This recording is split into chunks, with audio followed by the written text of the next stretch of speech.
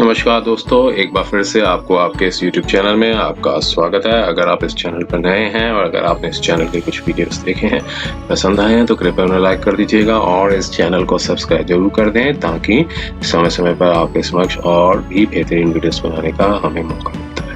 दोस्तों 30 सितंबर 2022 को माननीय सुप्रीम कोर्ट ने 14 जजमेंट्स हैं 14 जजमेंट्स हैं वो प्रोनाउंस किए हैं और आइए हम उन सारी जजमेंट्स को एक बार देख लेते हैं किस तरीके की जजमेंट्स आई हैं। पहली जो जजमेंट है वो रिपोर्टेबल जजमेंट है, वो appellate versus Maharashtra tourism development corporation की है through it's senior regional manager regional office MTDC Aurangabad Maharashtra and others. Civil appeal number 7062 of 2022 arising out from special leaves petition civil 1939 of 2019। देखिए ये जजमेंट जो है ये एक जो कॉम्पनसेशन से रिलेटेड जजमेंट है। इसमें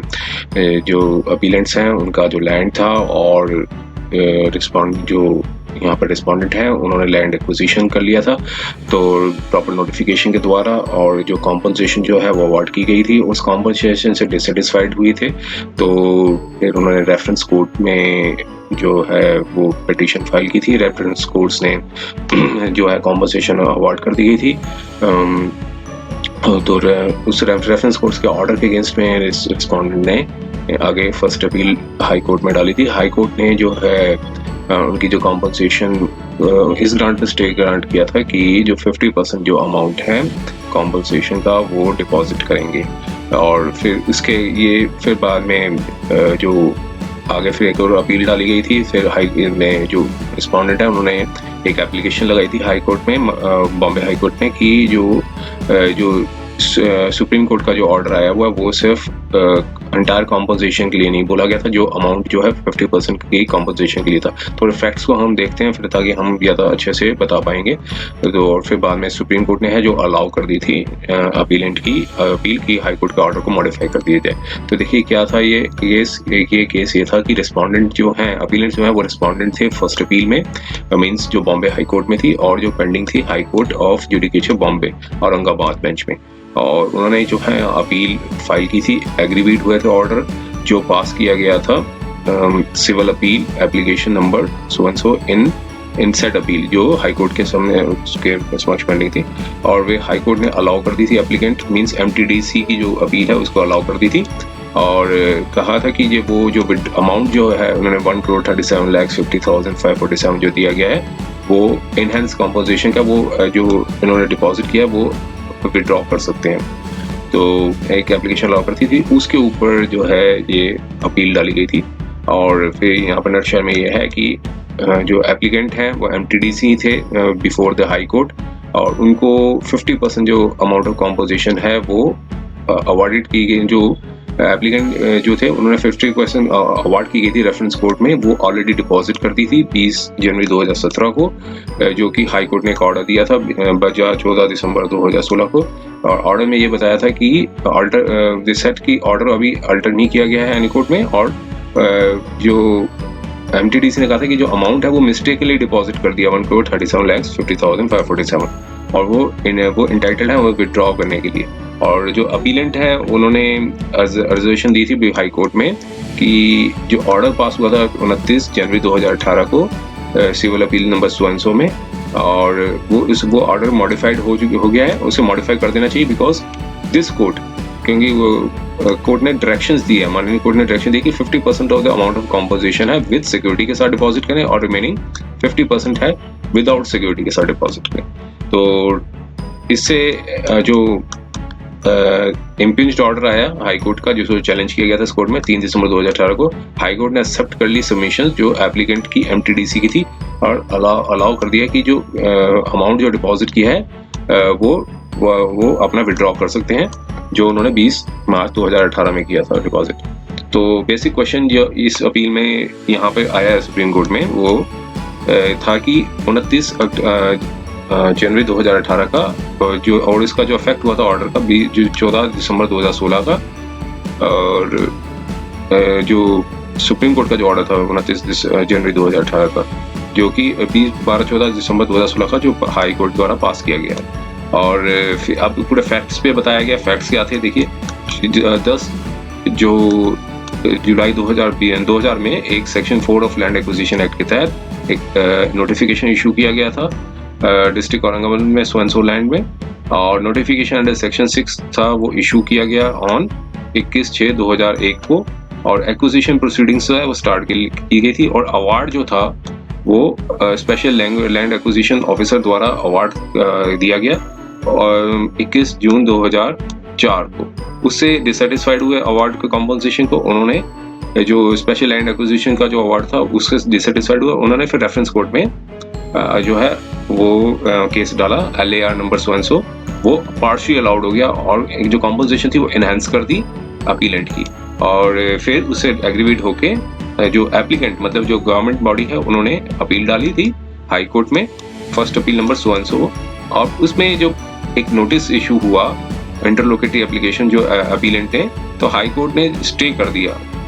एक एप्लीकेशन भी लगाई थी उन्होंने स्टे की, तो ये जो फैक्ट से ही बता रहे हैं, तो उस एप्लीकेशन को स्टे कर दिया और ताकि एग्जीक्यूशन करने को के एग्जीक्यूशन अवार्ड के एग्जीक्यूशन पर स्टे लगा दिया। उसमें एक कंडीशन लगाई कि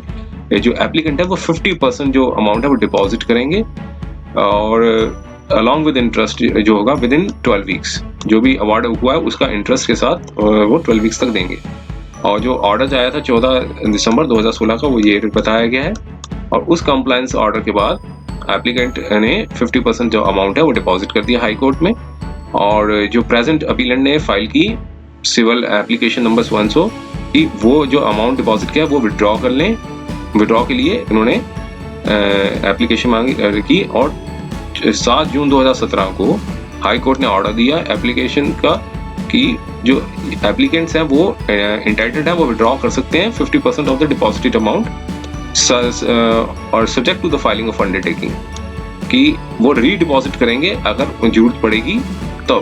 50% ले सकते हैं वो उस पर डिपॉजिट करने के लिए, वो अंडरटेकिंग उनको देनी होगी, और जो बैलेंस जो अमाउंट होगा उसकी वो फिक्स डिपॉजिट में इन्वेस्ट किया जाएगा।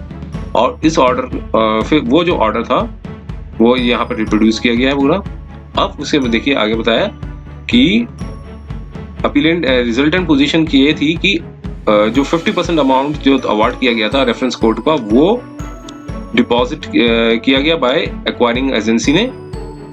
और even out of that amount 50% was allowed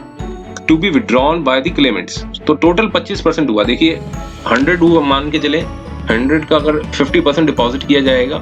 तो 50% के ऊपर भी 50% करने को कहा गया कि आप 50% जो अमाउंट डिपॉजिट किया गया वो आप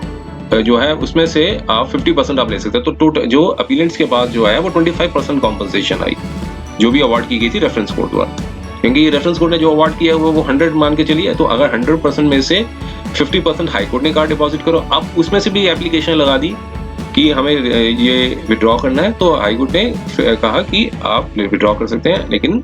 उसका जो अमाउंट है उसका 50% ले सकते हैं, लेकिन जिस साथ में अंडरटेकिंग देनी होगी कि आप रीडिपॉजिट करेंगे। तो अल्टीमेटली हाथ में 25% है। अब उस अवार्ड के अगेंस्ट पे जो क्लेमेंट्स जो थे उन्होंने सुप्रीम कोर्ट में आए स्पेशल लीव पिटीशन जो है वो फाइल की, जो कि सिविल अपील नंबर 100 बन गई,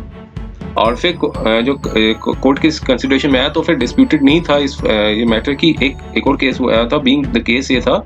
वजीद Miyan Abdul Rahman Shaikh and others versus Maharashtra development and corporation others, civil appeal number 100। तो हाई कोर्ट ने स्टे कर दी थी, हाई कोर्ट ने स्टेइंग की थी payment of enhance amount of composition, जो मॉडिफाई कर दिया गया था कि 50% of the enhance amount of composition है वो रिलीज कर दिया जाएगा विदाउट सिक्योरिटी, और बैलेंस जो होगा 50% जो होगा विद सिक्योरिटी। तो यहाँ पे कोई डिस्प्यूट नहीं था एप्लीकेबिलिटी ऑफ दिस ऑर्डर जो पास हुआ था सिविल अपील नंबर 100। तो appeal file by the present, अब उसमें ये इशू उठाया कि अपील जो फाइल की गई थी प्रेजेंट अपीलेंट से उसको भी अलाउ वाज आल्सो अलाउड, जो पहले अपील फाइल की थी उसमें ये पहले इस जजमेंट का जो केस हुआ था उस पर रिलाई किया, तो अब उसी अपील पर भी ये है अपीलेंट ने की जो अपील थी वो अलाउ कर दी थी सेम टर्म्स एंड कंडीशन में। तो उसीलिए कहा कि हाई कोर्ट का जॉब मॉडिफाई कर दिया जाए, क्योंकि उस जो पहला जो केस हुआ था उसमें जो 2018 में स्पेशली पिटीशन डाली थी उसमें 50% जब अवार्ड किया गया था तो उसमें जो कोर्ट ने सेम टर्म्स एंड कंडीशन जो 2017 की जो सिविल अपील थी, 2013 की जो सिविल अपील थी उसमें ये कहा था कि 50% आप विद सिक्योरिटी देंगे, 50% विदाउट सिक्योरिटी। 50% आप विड्रॉ कर सकते हैं विदाउट सिक्योरिटी और 50% जो है विद सिक्योरिटी के साथ। तो फिर उसके बाद जो है ऑर्डर जो 29 जनवरी 2018 का आया, जो कि पास किया सुप्रीम कोर्ट ने by the appellant in civil appeal number 100 on the material contents. ये सारे उसके जो जजमेंट थे वो बताई गई यहाँ पे। अब देखिए जो अवार्ड जो था, ऑर्डर तो था 29 जनवरी 2018 का, जो कि माननीय सुप्रीम कोर्ट ने दिया था। तो एप्लीकेंट ने उस ऑर्डर के बेसिस पे जो डिपॉजिट कर दिया अमाउंट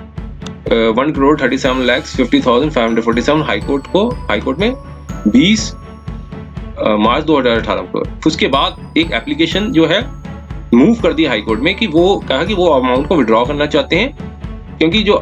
अमाउंट डिपॉजिट किया गया था वो मिस्टेकली विड्रॉ कर, मतलब मिस्टेकली डिपॉजिट कर दिया।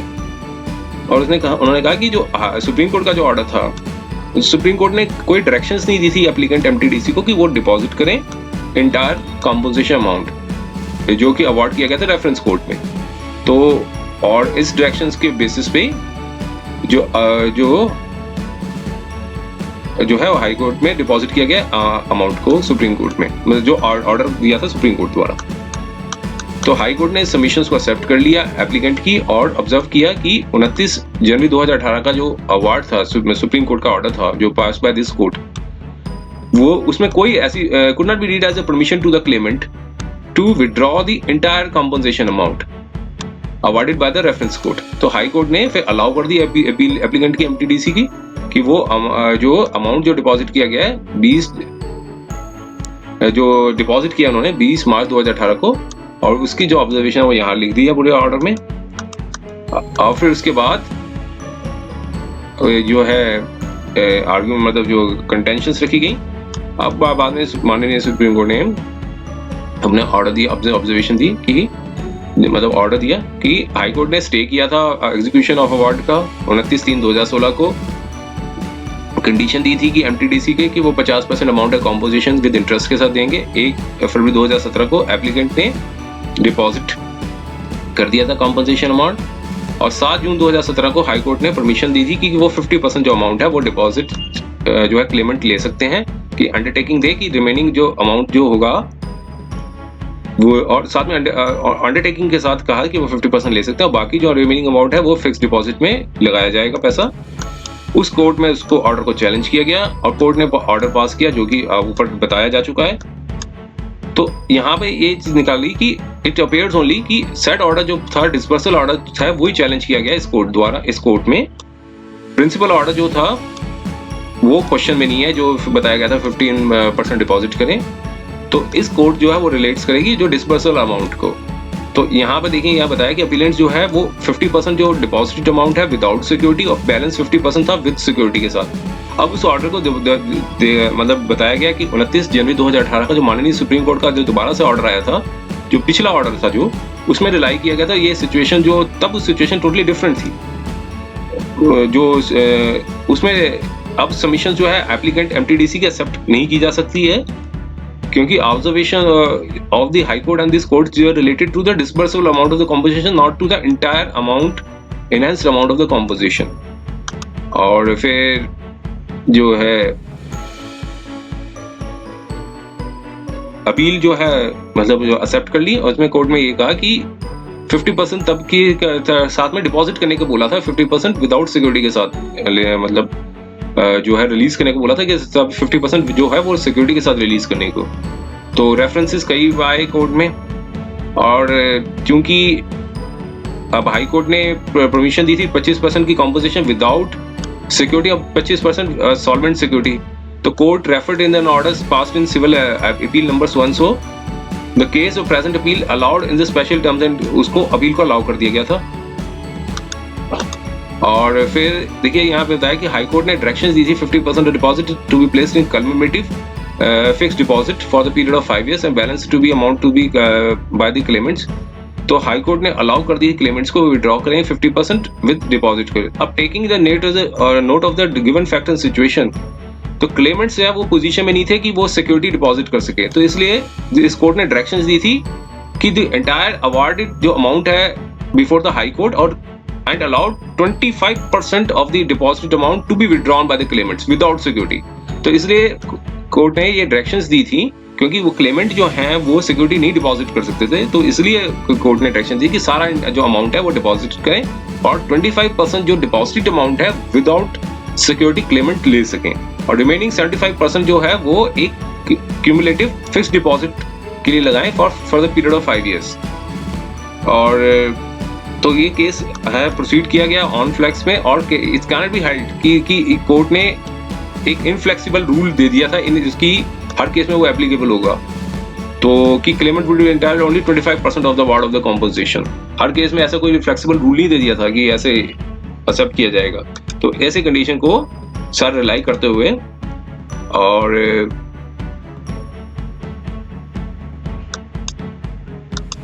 तो इस कोर्ट ने ऑब्जर्व किया कि हाई कोर्ट ने एरर की है बाय एक्सेप्टिंग जो टेक्निकल सबमिशंस जो दी गई थी अपीलेंट ने एमटीडीज में, और एप्लीकेंट जो है वो करेक्टली अंडरस्टूड हो चुके थे मीनिंग को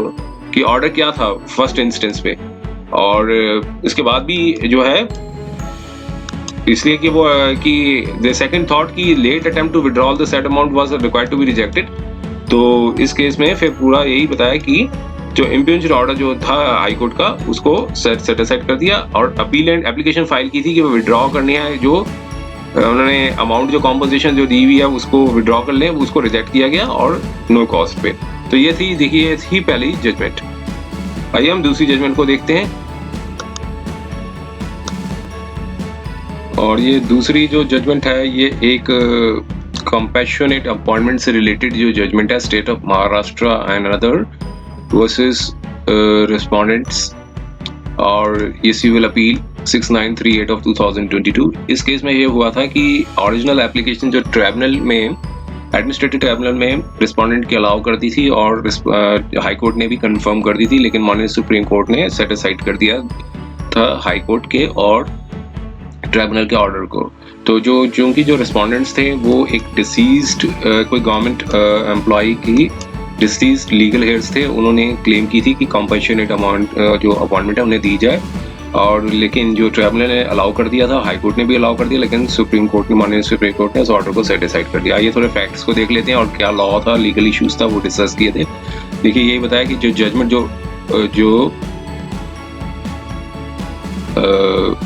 जो जजमेंट है वो 29 High Court dismissing the writ petition and confirming the order passed by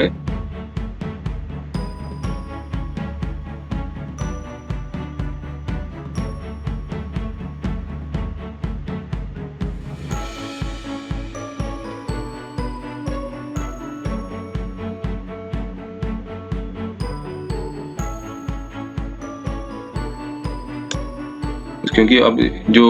इसमें ये था कि स्टेट ऑफ महाराष्ट्र ने एक अपील जो है फाइल की थी। देखिए इम्पिंज जजमेंट जो थी वो एक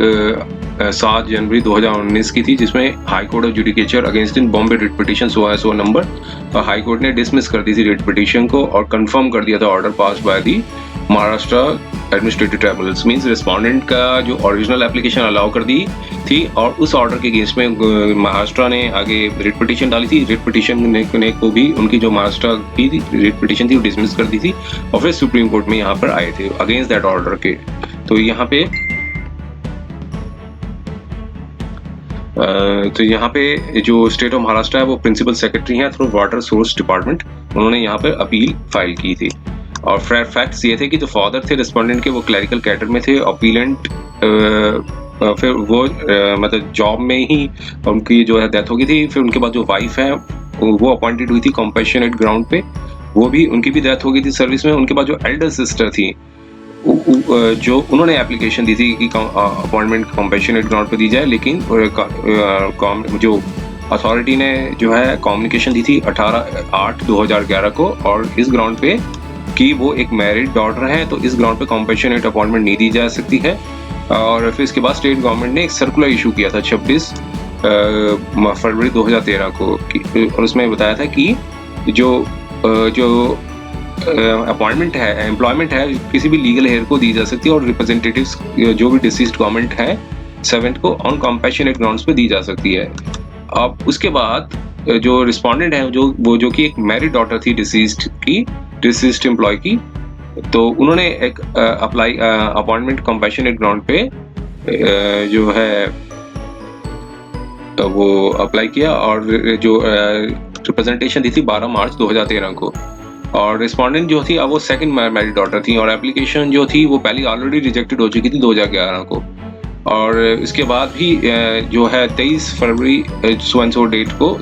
मार्च 2013 को उनकी भी कंपैशनेट ग्राउंड पे रिजेक्ट कर दी गई। उसके बाद ओरिजिनल एप्लीकेशन डाली गई ट्राइब्यूनल में after the period of 2 years from date of rejection of the appointment of the compassionate ground. तो इसके बाद ट्राइब्यूनल ने 24 मार्च 2017 को ओए ओरिजिनल एप्लीकेशन जो अलाउ करती थी और डायरेक्शंस दी थी रिस्पोंडेंट के कि वो कंसिडर करें अपॉइंटमेंट ऑन कंपैशनेट ग्राउंड का। और उसके बाद जो हाई कोर्ट ने भी ऑर्डर कंफर्म कर दिया था। फिर बाद में स्पेशली पिटीशन सुप्रीम कोर्ट में डाली स्टेट ऑफ महाराष्ट्र ने। एक जो लीगल क्वेश्चन ये फ्रेम हुआ, वो जो सब्सटेंशियल क्वेश्चन ऑफ लॉ जो फ्रेम हुआ कि facts and circumstances of case के ऊपर द क्वेश्चन ऑफ लॉ ये फ्रेम हुआ कि जो facts and circumstances of case जो भी बताए गए कि respondent shall be entitled to the appointment on compassionate ground. Respondent के अपॉइंटमेंट ले सकते हैं कंपैशनेट ग्राउंड में। स्पेशली पिटीशन में ये क्वेश्चन ऑफ लॉ फ्रेम हुआ। अब अनडिस्प्यूटेड फैक्ट्स थे यही थे कि जो फादर रिस्पोंडेंट थे और जो उनकी डेथ हो गई थी जॉब में, मदर भी थी कंपैशनेट मिली थी अपॉइंटमेंट की, उनकी भी डेथ हो गई थी। उसके बाद एल्डर सिस्टर ने अपॉइंटमेंट ली थी कंपैशनेट ग्राउंड के लिए अप्लाई किया था जो कि रिजेक्ट कर दी गई थी 2011 में। और